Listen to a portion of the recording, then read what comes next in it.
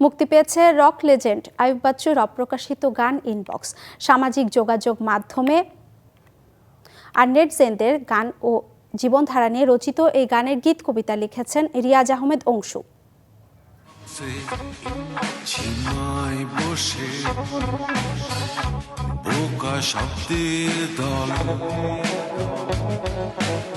ফেসবুকে লুটপুট খায় সস্তা চোখের জল,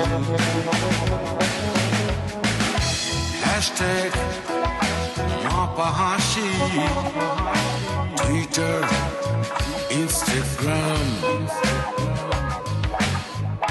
হয় না সহজ সোজা,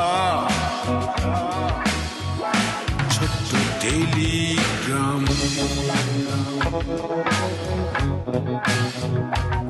তাই বুঝি শহরে প্রেম ঘুরে ভাব ঘুরে, দৈনিক খবরে খোঁজে খোঁজ করে, হ্যাশট্যাগ মাপা হাসি,